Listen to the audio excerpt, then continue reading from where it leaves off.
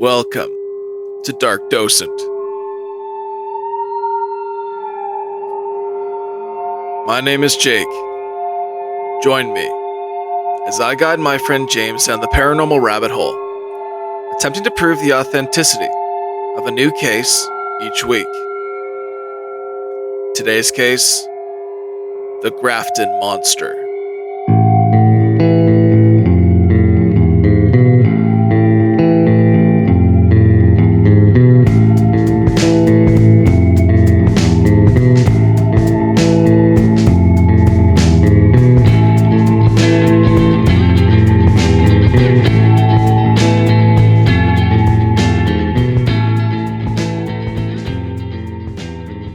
How you doing there, James? Pretty good. Got a new kitten I'm looking after for a bit. Nice. How are you? Doesn't matter, you got a kitten. I do. She's cute, and she doesn't have a name yet. Okay, so we need the listeners to name her then. Yeah, maybe something paranormal related. Banshee, Momo, Nessie. I was going to go with Megatron because she's a bit of a Decepticon. She was getting up in my face, trying to be nice and cute and cuddly, and then bam, snags the glasses right off of my face. So, Deception, Decepticon, Megatron, Meg for short. Siren. But Siren deceives people. Yeah. Well, that's awesome. I'm glad you are looking after a cat. Yeah. I wanted you to look after a cat for a while. You've sent me, less so you, more so your wife has sent me lots of cat ads, I guess you can call them. Yeah, she does do that a lot. I've been good as well. I was recently a guest on Inquiries or Reality with Shane Jones. That's right, you were. And that was a really awesome experience. And he was a really good host and made me feel extremely comfortable, even though I was nervous. We talked about all sorts of cool stuff. Ghosts, Men in Black, the occult, all sorts of stuff. So go head on over and check out Shane's show. It's a really cool show with a lot of open conversation and different people with different perspectives. And I really like it. Can't wait to give it a listen.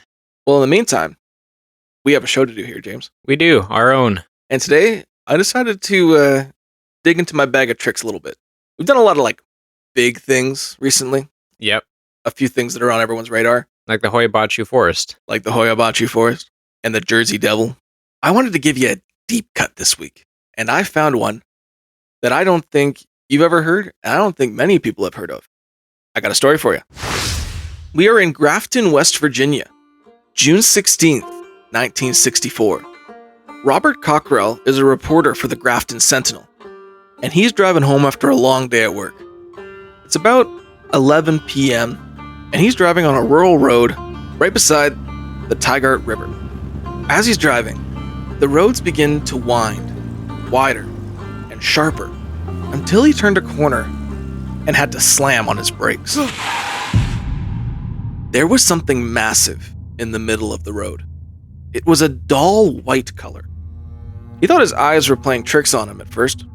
He thought it could have been maybe a boulder, something like that. But the thing was moving.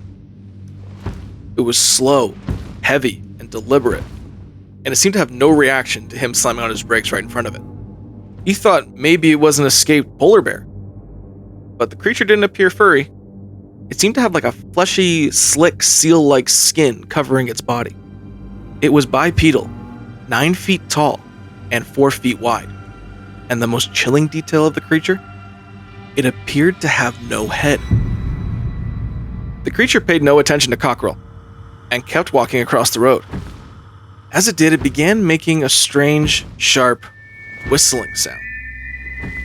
And then it made it to the other side of the road, slipped into the trees, and disappeared into the black of night. Now, this creature has become popular in circles in West Virginia and in people who are really, really into cryptids. James, have you heard of the Grafton Monster? I haven't even heard of Grafton, West Virginia. Okay. It's all new to me. Alrighty. Okay. Well, here's a little introduction to Grafton. Okay. Grafton's a small town. In 2020, it had a population of just under 5,000 people. I don't even know if that can be considered a town. Barely. It's also where Mother's Day was first declared on May 10th, 1908. Huh. How about that? And it's also dead center in the Appalachian mountain range. The place where monster hunters' dreams come true.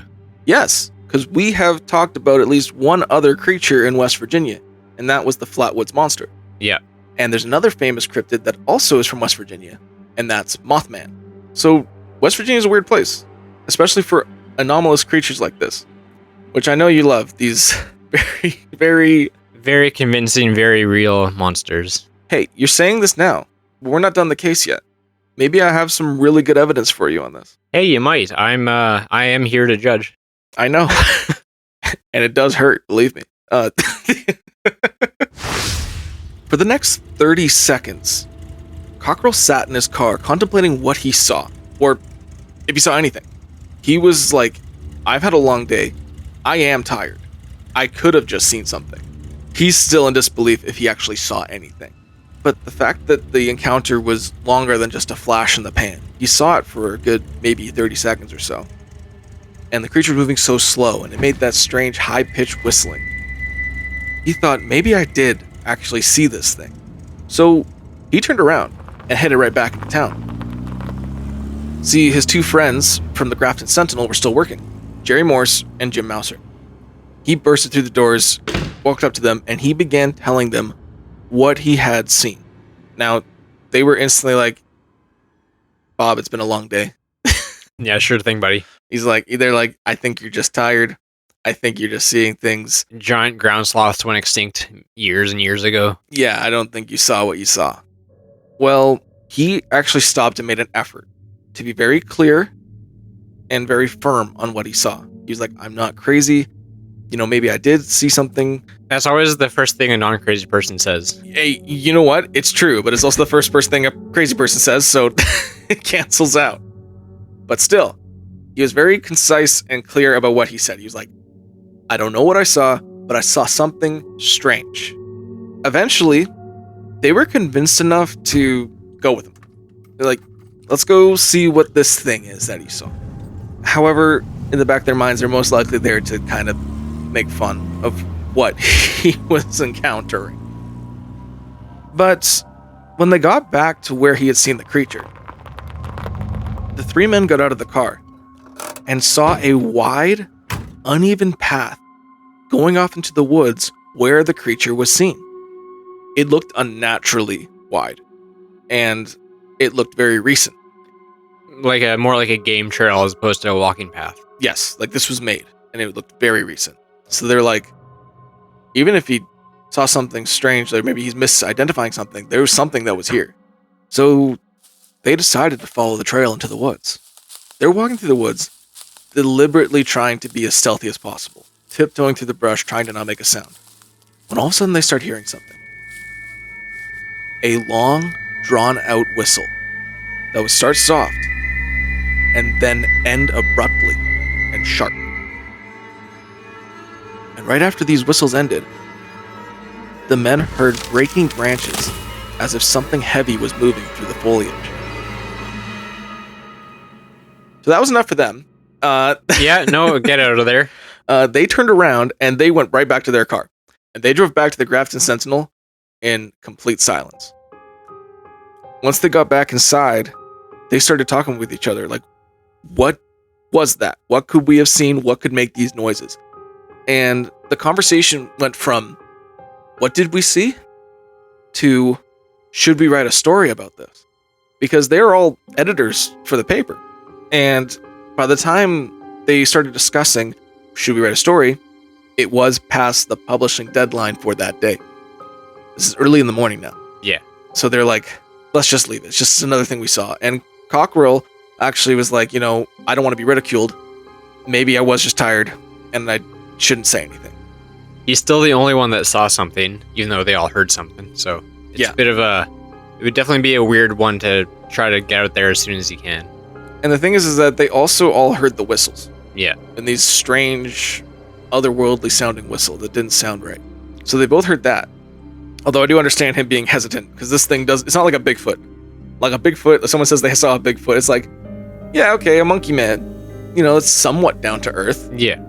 This thing is a faceless, gray creature. Bear with mange. I haven't brought up bears in a while, You but they haven't. still exist. They do still exist. But I don't know if this could be a bear with mange. And I'm going to show you an image as to why I don't think it is. Okay. So I have for you an artist interpretation of the Grafton Monster. Feast your eyes. Ew. It has been described as a sleeve of muscle. Yeah, it's kind of like a fleshy golem. Kind of. It's got like a big torso, no head, 2 large arms and large hands, and almost like elephant-like legs. Hands is even a stretch. It's kind of like a overly bulgy, muscular elephant body, kind of. In a way. It's very weird. With no head, It's very strange. no tail, I assume. No tail. It's very Just humanoid. a torso and 4 limbs. Yeah, it's very strange. Some think that maybe the torso, the head is on the chest, Yeah.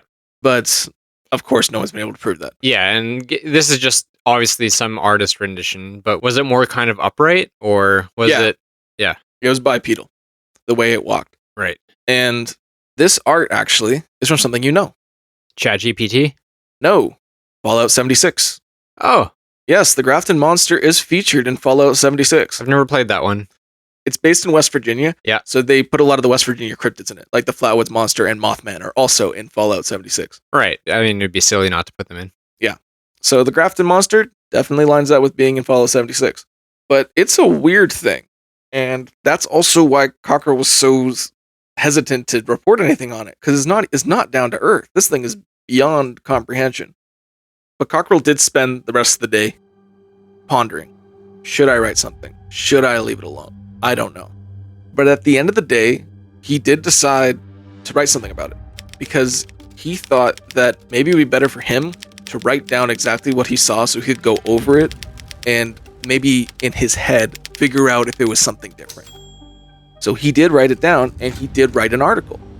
And at the end of the day, he gave it to his head editor at the Grafton Sentinel. And basically what he thought was, this is more for me, it's a monster story. People like monster stories, but they'll think I'm crazy, but it's whatever. And, maybe someone else had seen something like this. Maybe there is an explanation at the end of the day. The next morning, June 18th, 1964. This is 2 days after the incident. Yeah. The Grafton Sentinel ran a story on the Grafton Monster. Now, Cockrell was extremely nervous. He was ready for the ridicule to come in. He knew that, it's a good story, but I'm going to take what I get from this. So he's just full on putting his name on it too, hey? Yeah, he just put his name on it. He was like, it's a small town, right? It's like under 5,000 people. Everyone knows everyone. Yeah. So he's like, they know who works at the paper. So it's like, if I put a pseudonym on there, they're going to be like, who the hell is this anyway? Maybe it's more credence that way instead of some anonymous source. You can look at it both ways. That's the hard part. You can kind of, with all this paranormal stuff that we talk about, you can be a skeptic on both sides. It really depends on the reader. Yes. Here's the thing. Shortly after this paper was spread all over town, phone calls began to pour into the newspaper. This is where the hate was going to come in. He was ready for it. No. People were concerned. Where did you see the monster? Do you have any explanations? Do you know where it went? People were inquiring, do you know anything else about the creature? Do you know any of its habits? Is there any way we can find it? And then there were several callers calling in saying, so you've seen it too. That's what I was waiting for. I thought I was crazy. I know I'm not crazy. Reportedly, there was over 20 callers who claimed to see the exact same creature. Too bad none of them called in before you put that out, hey? So it's a shame, isn't it? Here's the thing, is this is in Appalachia. It's known for weird things. It's known for weird sightings and anomalous beings, crafts, all sorts of stuff. Has that been the case throughout the entire history of Appalachia? Yes. The Native Americans who lived there had stories of strange things there. The settlers who moved in has reports of strange things there. The Appalachian mountain range is, I think, older than the dinosaurs. Like it's probably. It's like some of the oldest landmass that's still seen on Earth today. If you look at the Appalachian Mountains, they're like really dull and eroded. It's because they're so old compared to what other mountains are. Yeah. So it's extremely ancient land. and it holds a lot of story, mystery, and all sorts of stuff. And I do know someone who had driven through the Appalachian mountain range. You know him too, Shane. Did he? Yeah, so Shane, years ago, his family got some money, and they decided to take a year and travel across North America in an RV. And he said everything was awesome, the trip was cool, but he said driving through the Smoky Mountains in Appalachia was some of the weirdest experiences he had. He said it felt weird, like something was always watching you, and it didn't feel safe to be out on your own in the woods.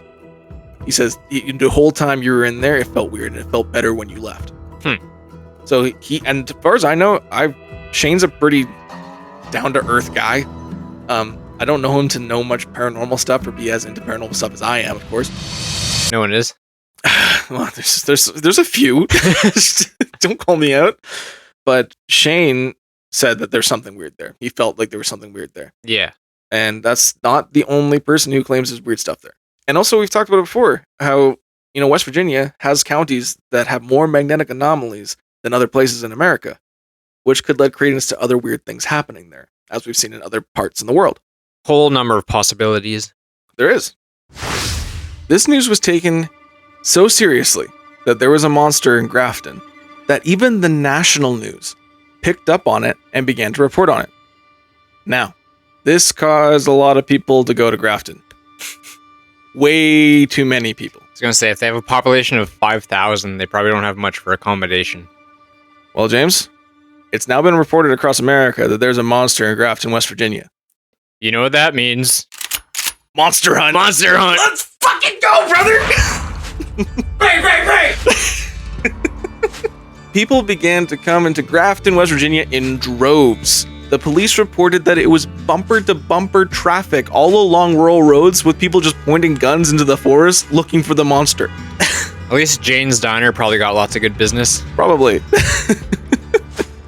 Now, this entire monster hunt was mostly young people, teens 16 to 19 years old, with guns and beer.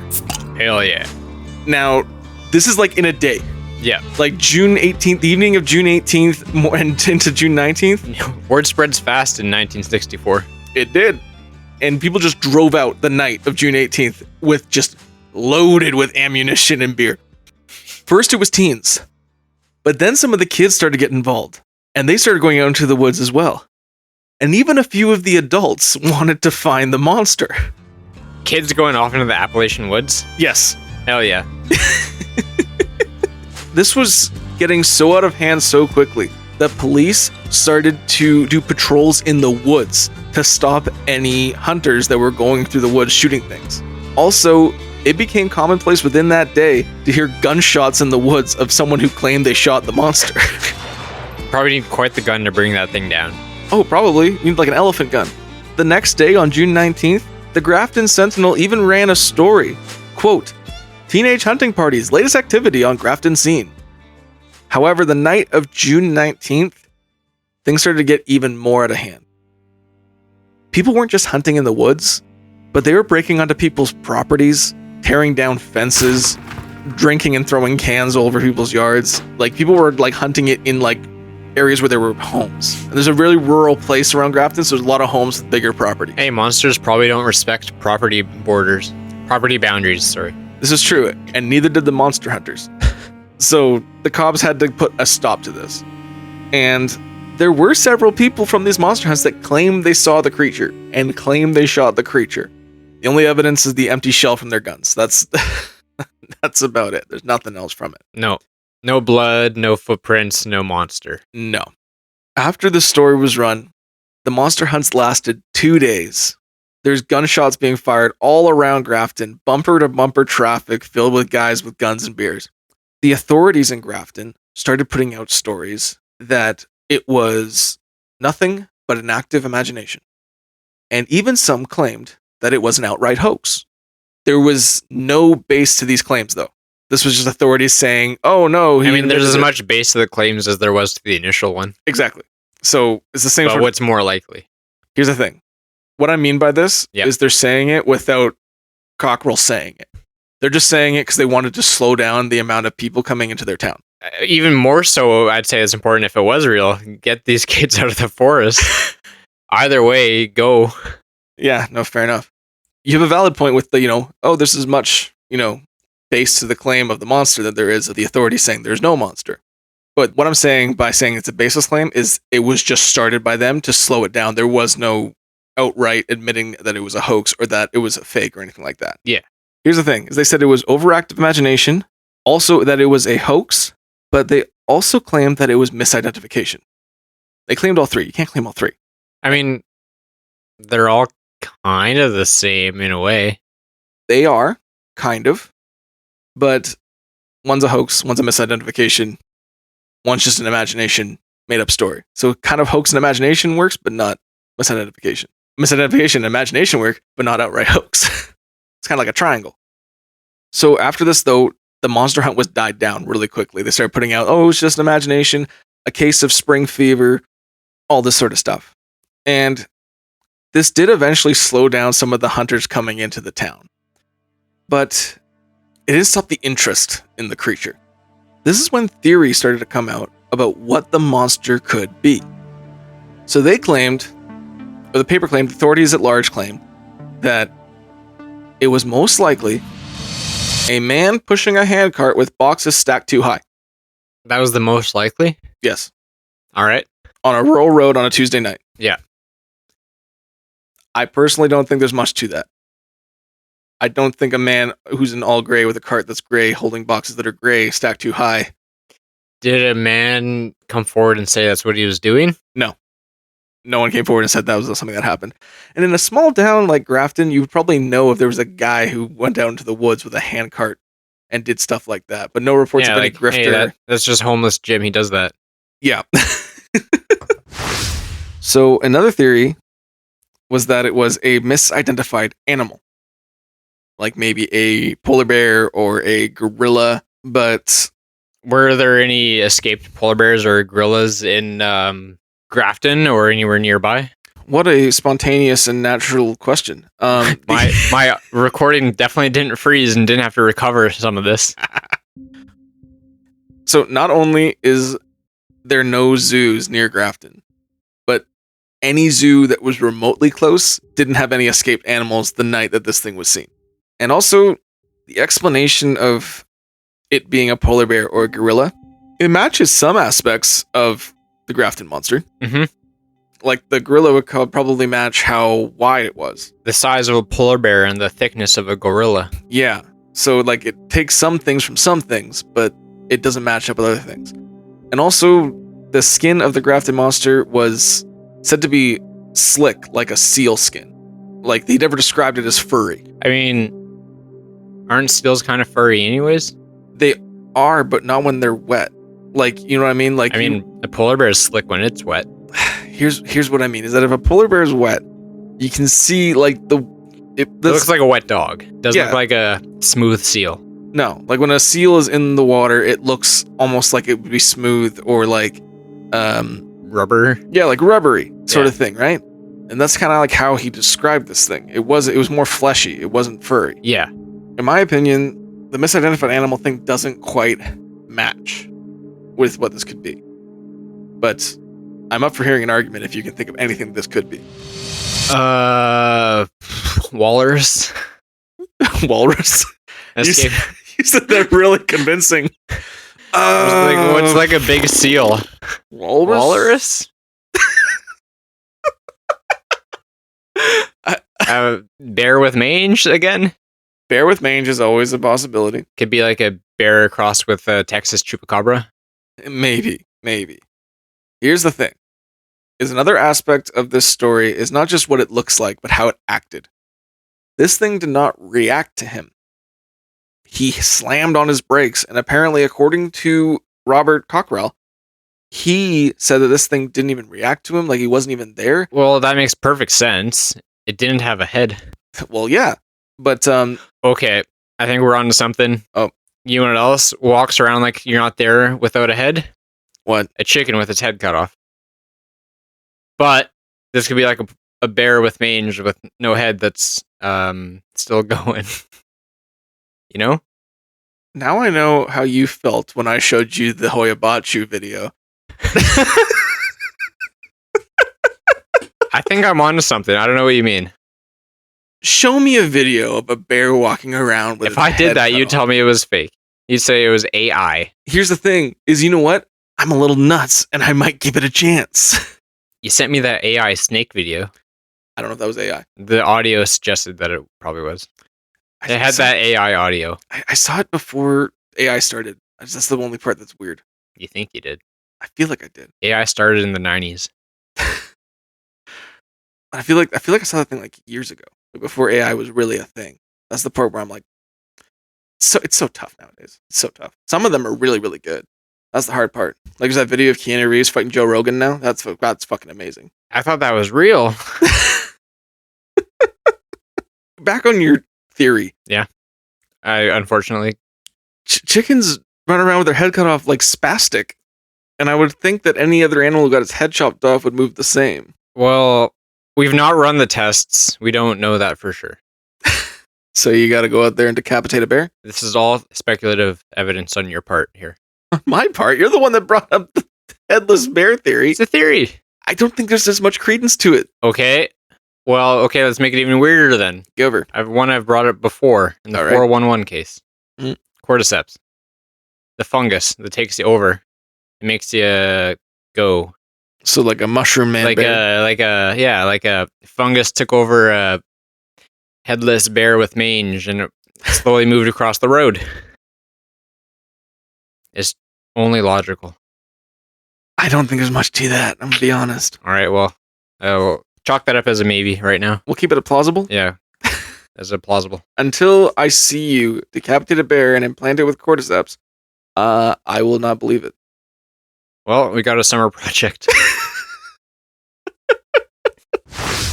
So, misidentified animal has a lot of holes. Has a lot of things where it could explain some things, but again, doesn't explain everything. However, Cockrell did take his report to a man that you don't know yet, but a lot of people in the paranormal world do. And that's a man named Gray Barker. Gray Barker. Yes. Gray Barker was a man who reported heavily on the Mothman sightings. When Cockrell brought his report to Barker, Barker said the most likely thing that this could be was a wormhole or dimensional rift. That was the most likely thing it could have been? Yes. All right. So here's the thing about Gray Barker. Gray Barker claimed to be a paranormal enthusiast and a reporter on this sort of stuff. Gray Barker posed as an enthusiast of this stuff. He has been quoted calling them, quote, silly stories. You're calling him a grifter. Yes. And here's the reason why. So at this time, this was before Mothman, but he was into all the stories of all this sort of stuff. But there was two main paranormal reporters back in the 60s and 50s. That was Gray Barker and John Keel. Now, John Keel is a more beloved investigator. He did it more for the love of the game. He didn't take as much money from it. He just actually reported what people saw, and he looked into every investigation like it was a real story. Barker was more known for lying stories, making up some stories to throw in a book to sell his books. Keel was more about reporting, and that's the difference between those two. Okay. And they weren't really big fans of each other, because Keel was like, you're destroying my reputation by making all this stuff look fake, and Barker's like, I'm making money off silly stories, what the fuck are you gonna do? And that's kind of where it was. So I also kind of feel like this was just Barker being like, interdimensional being? Probably. Easily the most obvious explanation for one guy's sighting. Now here's the thing, is... Or I guess 20-something people's. According to people, the over-encompassing they... Yes. The thing is that this is West Virginia, and there are a lot of magnetic anomalies here. And lots of people believe that magnetic anomalies would lead to wormholes or dimensional rifts.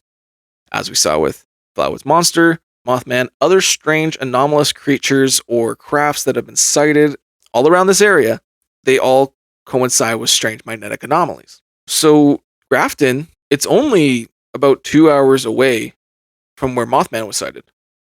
And it's also really close to where Flatwoods Monster was sighted.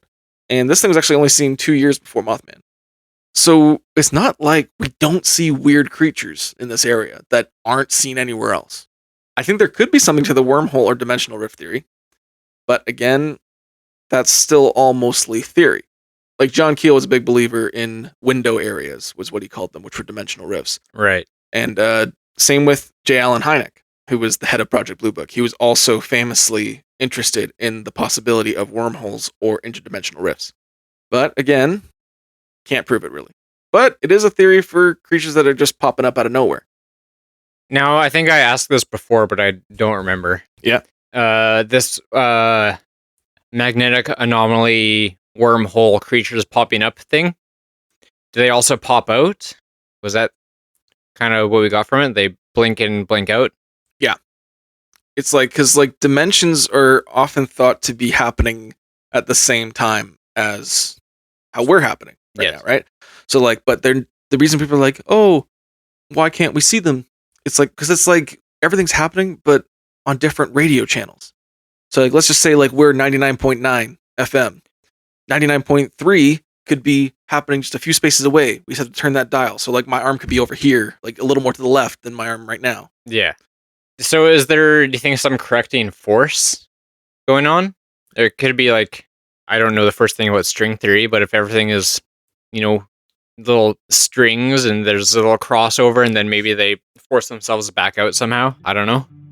I think either it's a, this is all theoretical, of course. We don't know. No, this is absurd things we're talking about. Yeah, they're interesting though. Interesting, but absurd. So here's the thing, is that there is some possible science behind how this could work. Mm-hmm.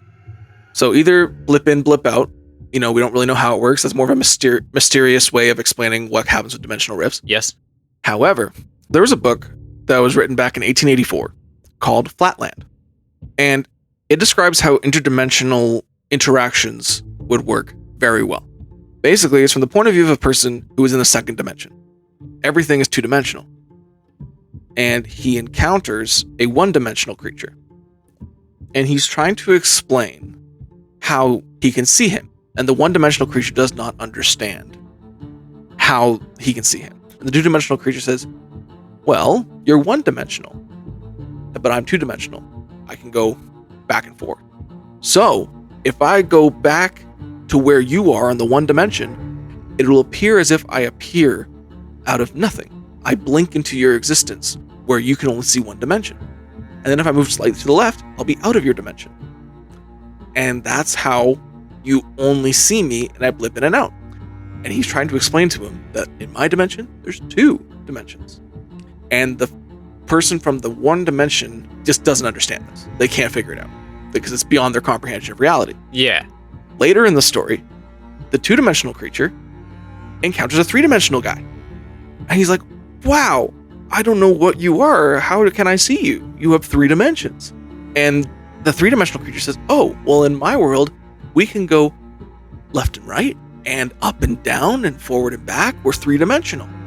So if I walk into where your two-dimensional plane would be, like as if he was on a piece of paper and you're going back and forth, if the third dimension's back here, if I walk in the way of where your line of existence would be, that's how you can see me. But I can step out and you won't see me. And that's how I can blip out of your dimension. Because you only move in two dimensions and I move in three. And the creature from the second dimension can't comprehend this. This is beyond a reality. Yeah. But basically what that goes to explain is that some of these creatures, maybe they belong to the fourth dimensional plane. The fourth dimension is time. And possibly the reason that Is the fourth dimension time? I believe so. Okay. Because the three dimensions is space, and then I think the fourth dimension is moving through time. It's what's believed anyway. Right. It's all theoretical. It's all theoretical. Anyway, basically what this is boiling down to is maybe these creatures that blip in and out of our existence are fourth dimensional, and we can't see them. But once they become into our line of sight of third dimension, then we can see them. I definitely get what you're saying, but at the same time, obviously incomprehensible, a fourth dimension anything. Yes. We live in a three-dimensional world. It's not something that we can just, oh yeah, I know what that's like. Yes. But it seems weird that something, let's say, moving in the fourth dimension pops into ours, we would, like, looking at this image, for example, that is a three-dimensional thing in our three-dimensional world. We're not looking at a fourth dimensional thing because I can see that, I can comprehend it, I can see the shapes, the arms. So it's like, does a fourth dimensional thing crossing into the third dimension become third dimension until it leaves? Obviously, that's a stupid question, and who knows the answer to it, but... It could be. We don't know, right? Yeah. This is the thing, is that this is just how we can explain, like, these strange creatures, because these creatures are seen where magnetic anomalies happen. And people believe that magnetic anomalies are tied to wormholes or dimensional rifts. Right. And if that's the case, that explains why these creatures are seen in these magnetic rifts, magnetic anomalies in these dimensional rifts, is because they can blip in and out from their fourth dimension into our third dimension and not even realize that they're entering our point of view. Sure. So that's just an explanation on how wormholes and rifts work. Purely for the sake of continuing to sound like a lunatic, I think it would make more sense if it was from like another universe as opposed to a dimension. Because as I can look and understand it, that is a three-dimensional creature. That is a creature from a Fallout video game. Oh, yes. Well, duh. Yes, I know that very well. Yes. But if we're talking about, hey, I'm seeing something walk across the road, that's a three-dimensional thing that's walking across the road. Yeah. Period, full stop. If you can see it and, like, I know what I'm looking at. Even if you don't know what you're looking at, you know what you're looking at. You're looking at a flesh thing moving across the road. It seems more likely in this entirely made-up, crazy scenario that it's from a different universe as opposed to a dimension. You can put on my straitjacket now. Here's the thing: is the creature can look three-dimensional, but the fourth dimension being time, the creature can move through time that we can't. That's the difference between a four-dimensional creature and a third-dimensional creature. So if this thing can move through time or universes, it could be why these things blip in and out. And it's also an explanation as to why lots of cryptid pictures and stuff, or alien photos, the pictures are really blurry. And that's because the magnetic anomalies or the rifts could affect cameras and stuff like that. It all ties into a theory, but of course it is just a theory. It's at least an explanation that isn't just they blip out in and out of existence and we don't know why. It at least ties everything together to some sort of theory. Yeah. But of course, this is just another theory on what the Grafton Monster could be. Could have been a wet polar bear. I don't think so. But there is another theory. Fifth dimensional creature? No. Oh. Thank goodness. Undiscovered creature. And what I mean by that is there's a theory that this thing is very pale, based on its description, very pale, and has no eyes and no mouth from what they could see. Very similar to something that would evolve in a cave. Like an axolotl. Like an axolotl. Or those blind fish that stick to rocks. This thing could have been an evolved creature that lived in subterranean levels and maybe just happened to come up one time and freak some guy out. It's a theory. There's lots of undiscovered caverns and unexplored caverns around this area. Some of the biggest cavern systems in North America are in the Appalachian mountain range. Well, it would definitely have to be a big one to fit that thing. It would be. It would be hard to hide the entrance to it, though. It would. But also, who knows how this thing moves? Maybe it doesn't even need to use bones. Who the hell knows?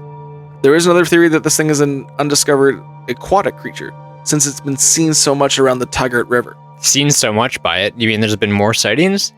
Yes, sir. And I got some for you here. Hell yeah.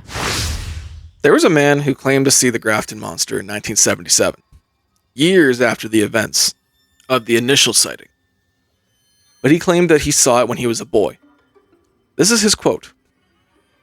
"I have seen the creature called the Grafton Monster several times when I was a young man, and it is very real. My first encounter, I was with my father cutting wood. We had finished and we were loading up the truck when our two dogs started barking. We stood there and listened. Something was walking, getting closer. My dad told me to get the gun from the cab. He carried a double-barrel 10-gauge with double-aught buckshot. And whatever it was, it had picked up its pace. and continued towards us. All we knew for sure, it was big, and it wasn't scared of us, the dogs, or the chainsaws. It stopped about 50 to 55 yards from us in the trees and went quiet. My dad pulled both hammers back and stood in front of me. He told me to be ready. The next thing that happened, I'll never forget. It stepped out and looked at us. It took 3 strides in our direction, but then turned and walked back into the tree line. That was my first sighting of the beast, and I'll never forget it. My second encounter was 2 months later, at night, fishing alone. I spotted him on the opposite bank, and I got the heck out of the area.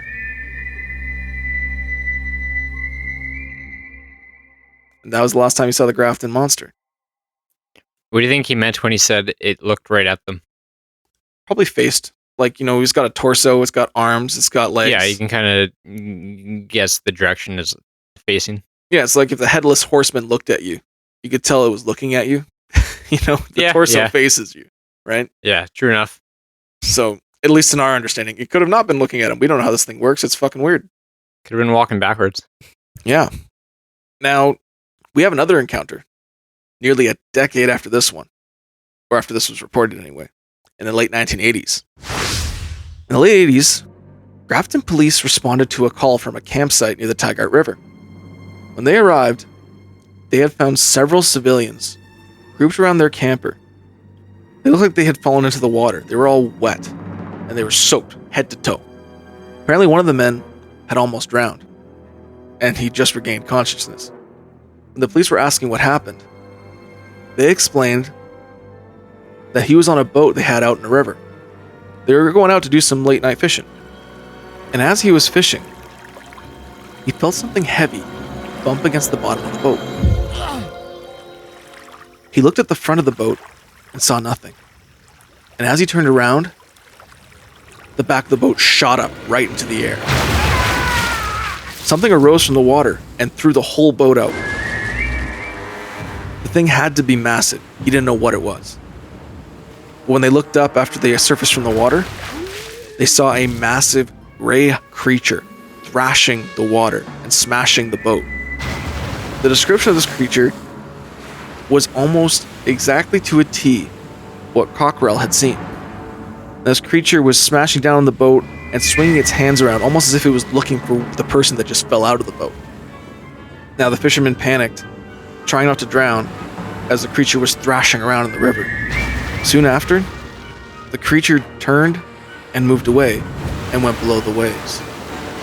The boat was in pieces, and when it went below the water, it almost appeared like it didn't make a splash. It just kind of had a ripple spread out as it sunk down. The only thing left of the attack was the planks of wood that were used to make the boat, laying beside the river. And that's the second encounter of the Grafton Monster I have for you, other than the first one. Huh. I don't have names. No. I don't have names of the officers. I don't have the report of this happening. I don't have anything to determine that this was real. And I don't think it was. No? The reason I don't think it was real, I think the first one I told you, with the father and son, Yeah. possibility that it was real. Because that seemed to act more how Cockrell described it. What do you think he was fishing for at night? It's a good question that we don't have the answer to. Okay, he was fishing in the dark. Okay, he was he was fishing in the dark, and a big gray beast flipped his boat. I think I line danced to a song about that once upon a time. Okay, not important. Not important right now. Anyway, so I don't think this story with the boat was real. Yeah. Because this creature was thrashing around quickly and smashing things. The other encounters with this creature, it was slow, it was deliberate, and it didn't really pay much attention to anyone around it. Didn't even know they were there. Yeah, it acted like they weren't even there. This thing looked like it deliberately attacked a boat for some reason. Well, let's think about it for a second from maybe like a slightly more evolutionary standpoint. Okay. It doesn't have a discernible head that we could tell. It doesn't have eyes or ears. And we think it's maybe more of an aquatic thing. So maybe it doesn't have the same senses that more land-based creatures with light would have. Mhm. Maybe it's more of a only reacts in watery like feel. Maybe it can feel the vibrations through the water on its skin, and that's how it reacts to its surroundings. So if it was walking across the road lost, it would have no idea you were there because there's no water movement or pressure changes hitting it. Whereas if it was maybe in a river and there was a boat across it, it would get that slight sense somehow and attack it that way. That's actually a surprisingly good theory from you. What the fuck is that supposed to mean? What I mean by that is it's kind of on the way of possibly explaining what this thing could be. Yeah. Which is what I mean. Like, it's not, bear with its head chopped off. It's like an actual possible scientific. You know what? That's fair enough. Theory. I do give some pretty plausible theories. That's what I mean by it wasn't you going, I wasn't there, and then leaning back in your chair. It was an actual, like, there's some science behind that. Like, that makes some sense, actually. If this thing did have no eyes. I may be dumb, but I'm not an idiot. That's why we love you. No, but that makes sense, though. This thing had no eyes. If it is maybe primarily aquatic, it would make sense that it would, like, wait for things to make some sort of waves or vibration or current that it could detect things with. Like how we see other cave-dwelling creatures react to prey. And why it would look lost in the land. So we had a few people report, well, according to other people who shot it, quote unquote, that it just didn't pay any mind to them. It makes you wonder why it would ever be on land in the first place, though. A theory? Again, this is a question based off of a theory that I made up 3 seconds ago. So who knows? I've heard a theory that it was for finding a mate. If there was one of these in one pocket of water, and if they're very, very, very, I guess endangered or low population, traveling to another, like maybe something's throwing out a call. These things whistled, really high pitched whistles. So maybe it made a really high pitched whistle that humans can't hear. I wonder where the whistle came from on it. I don't know. I have no idea. It's a weird thing. The weird thing about the Grafton Monster is the amount of little details that they didn't have to put in there. Yeah. Why didn't you just, if it was fake, why didn't you just say you saw Bigfoot? And Bigfoot's kind of played out. Yeah, we see them all over the damn place. That's the whole thing. Do we? Yeah. Do you want me to go down a list here? Not right now, no. Because literally, North America, Canada, South America, Europe, Asia. Canada's in North America. Buddy. Canada, United States, South America, Europe, Asia, Africa, Australia, all have Bigfoot species. Every single one. It's very widespread for a thing we haven't proven yet. It is. But they're everywhere, and stories go back with tribes that have never encountered one another. And what I mean is that, if you're going to make up a monster, make up something like that. This is like beyond comprehension. It doesn't make sense that they would make it up to me. And the thing is with Cockrell, to this day, he says, I think my imagination got the best of me, is what he says. Because he's like, I can't explain what it was. And that's what makes me think it wasn't a hoax, at least. Because he doesn't say, oh, I saw the monster. Yeah, he didn't. He may have made it up, but he might not have made it up on purpose. Yes. If this thing is not a real monster, I think it's a misidentification and not a hoax. Yeah, that's what I think is the most likely theory, as opposed to a wormhole. Fair enough. But there is a possible theory as to why this creature has gotten popular more in the internet era. I started going online, seeing if there's any stories about this creature, anything that was missed about this creature. And in Grafton, this creature is very popular. They started making little dolls, all sorts of stuff. They have a mascot now, a guy dresses up like the creature. I mean, it's probably a percentage of their GDP. Probably. But I started going on Reddit, which is a great source. I found someone who posted something that I found interesting. There was a man who posted that he lived in West Virginia. And his family actually goes back in Grafton for 4 generations. And he said that he never even heard of the thing. Not once. The whole story seemed to have jumped up in recent years. Does he live under a rock, or is he onto something? Well, here's the thing. He claims that he's never heard of it, and that everything started to pop up when a show called Mountain Monsters went to investigate the Grafton Monster in 2014. Here's my argument against that. We do have papers and pictures of the papers from that time that do report a monster. That is a thing. And maybe he was young and just didn't remember it. You know, this is back in the 60s. This guy, the way he talked about it, he said, like, you know, I never heard of the Grafton Monster. I didn't know that the Flatwoods Monster made it out of West Virginia. And he just says, everyone knows the Mothman, of course, it's a big one. And I was like, Flatwoods has been out of West Virginia for a long time.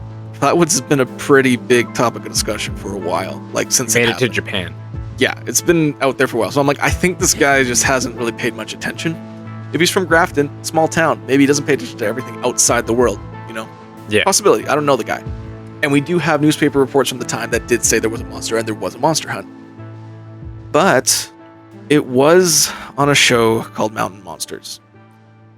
Have you ever heard of Mountain Monsters? I don't believe so. I know you have. You know those memes of the guys in the forest getting taken by gnomes? Like it's black and white, they're shooting guns and they're screaming and yelling, and it's like me and the boys hunting for gnomes. I thought that was just people making a silly video. That's an actual show. It's called Mountain Monsters. You know what I'm talking about with like the big beards and stuff? Like they're a bunch of rednecks out in the woods. Yeah. And they have the guns and it's always like chaos, like guys shooting, like, oh, what's happening? They're getting pulled away and shit. That's an actual show. So, and honestly, I would love to watch an episode with you because it's hilarious. It sounds hilarious. It's a parody show. And it's a parody. I hope so. It is. But some people think it's real.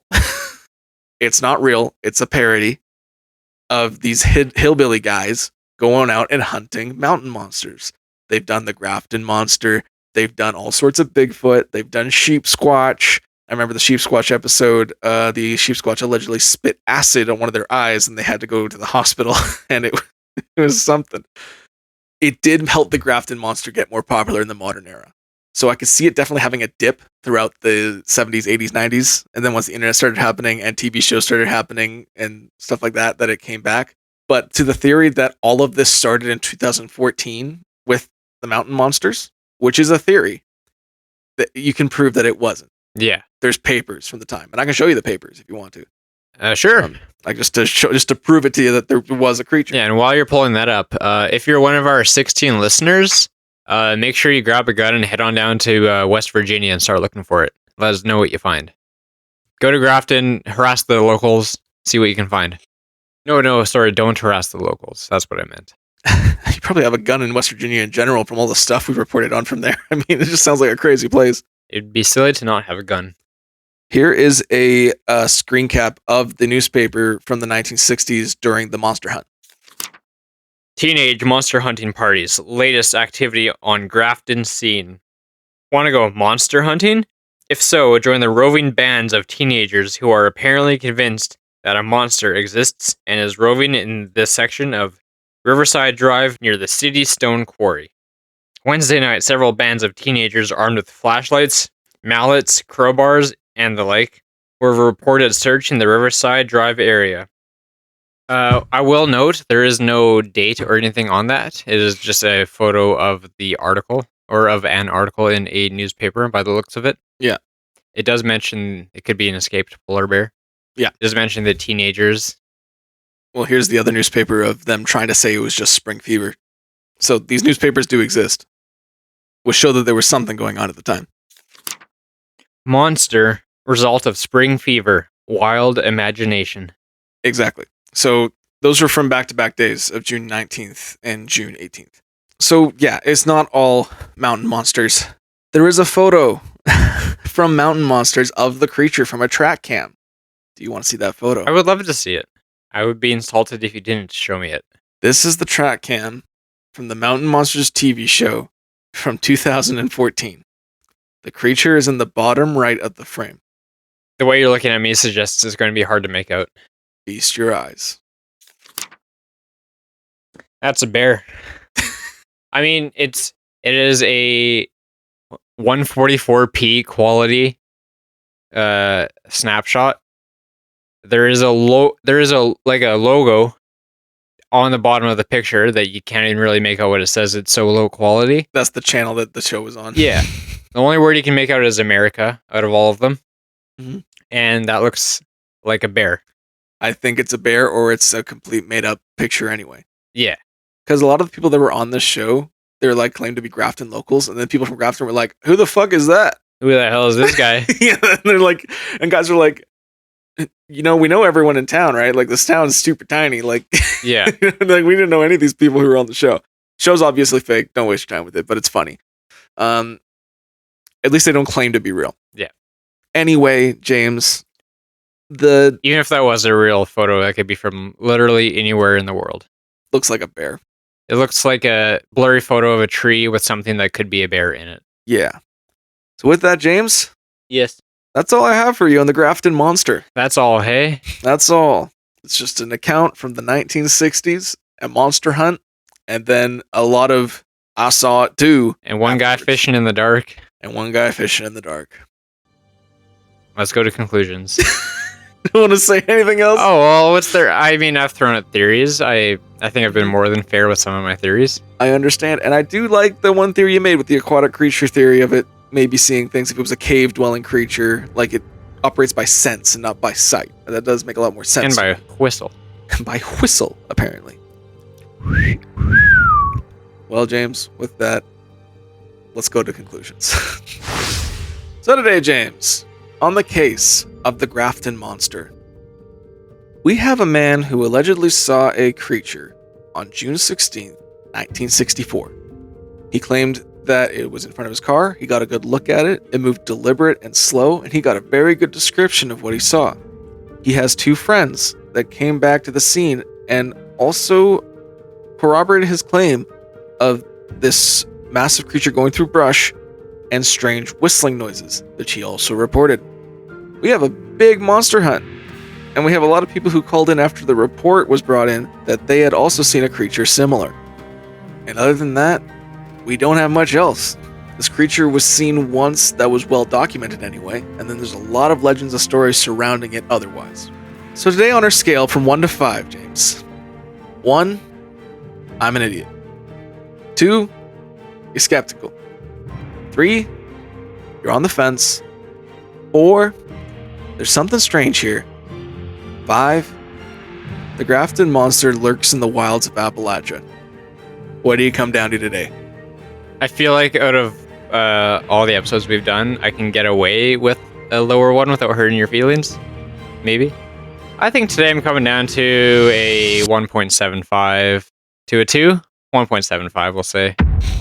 Okay. I don't really believe that this one's real. I understand.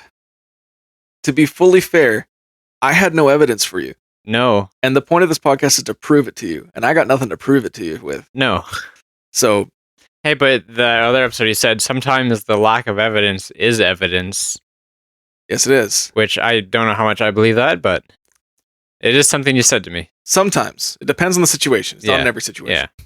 This situation, you need evidence. In situations where people disappear, lack of evidence sometimes is evidence. No one disappeared. No one got hurt. I mean, that one guy's boat got obliterated, apparently. Allegedly. Allegedly. No names, no officer reports. So I think I'm somewhat fair to generous with a 1.75. I'll take a 1.75. Where do you come down to today, Jake? I am a 2.75 on the Grafton Monster. Okay. And the reason I am is because I really like the interdimensional theory and how it all ties in scientifically. At least it's like not just it blips in, blips out, that's it. Like there is something to possibility of interdimensional beings being tied to this area, magnetic anomalies being tied to this area that are tied to interdimensional rifts. Sure. It's a cool theory, and real scientists have looked into this sort of theory, which I think is interesting. The theory in general, not this thing. No, the theory in general. Yes. And the thing with Crockrell is the fact that he never said, I definitely saw this monster, it's completely real, but he questioned it the entire time, and even to this day is like, it's most likely spring fever, I must have seen something. Like, it shows me he didn't hoax it, at least. And maybe it was a misidentification of something else, which is why I'm skeptical. But the description's very strange. Which Yeah. is why I'm almost on the fence, or at least interested. It's unlike anything we've ever. It's unlike anything we know exists. Yeah, it's a crazy Like creature. to a nth degree. Yes. I really like that you've embraced my decimal points on the number system. Finally. I've always You embraced. had such a hard time at first when I was giving you 2 decimal spots. I might have to move on to 3 now, like a 2.623. Here's the thing: is I'm with a 1.5 or a 2.5 or a 7.5. Like I get it, but when it gets down to like 1.92, I'm like, what's the 0.8? You need to tell me what the 0.08 is or whatever. That's where I'm like, you need to tell me why it's a 0.08. All right, fair enough. That's where we're on. But with like 2.5 or whatever, I get that. You like the quarters. You Quarters can are fine. handle a quarter. Okay, quarters are fine. When you get to minute little decimal points, and where I'm like, you got tenths maybe, but as I explained, you got to tell me what the 0.08 means. fair. If you come down to a 0.92 or whatever. Fair. But anyway, with that, thank you for listening, everybody. I cannot get James over the fence on the Grafton Monster, but the point of this podcast is to try to prove something to him, and it's hard to do with no evidence. You can follow us on all of our socials, Instagram, Facebook, and TikTok for case photos and updates. The link is in the description of every episode and our bio. If you enjoy what we're doing here, please rate and follow on Spotify, subscribe on YouTube, or wherever you listen to the podcast. It really goes a long way. Also, share with your friends. Word of mouth is the best advertisement, and it's free. And if you have any case ideas or evidence from your own cases, or if I missed something and you want to correct me or send me some more information, you can email us at darkdosenpod@gmail.com. With that, James, any words to the wise? You know, it's always worth taking a look if a small town in the middle of somewhere says they found a monster. It's worth being one of the first people on site looking for it with a gun. It could pay off one of these days. You could be the person that discovers it. Grab a gun, grab your iPhone, and head on down there. What do you have to lose? Wise words from a wiser man. We'll see you on the next one, everybody. Thank you for listening. Thank you. Bye-bye.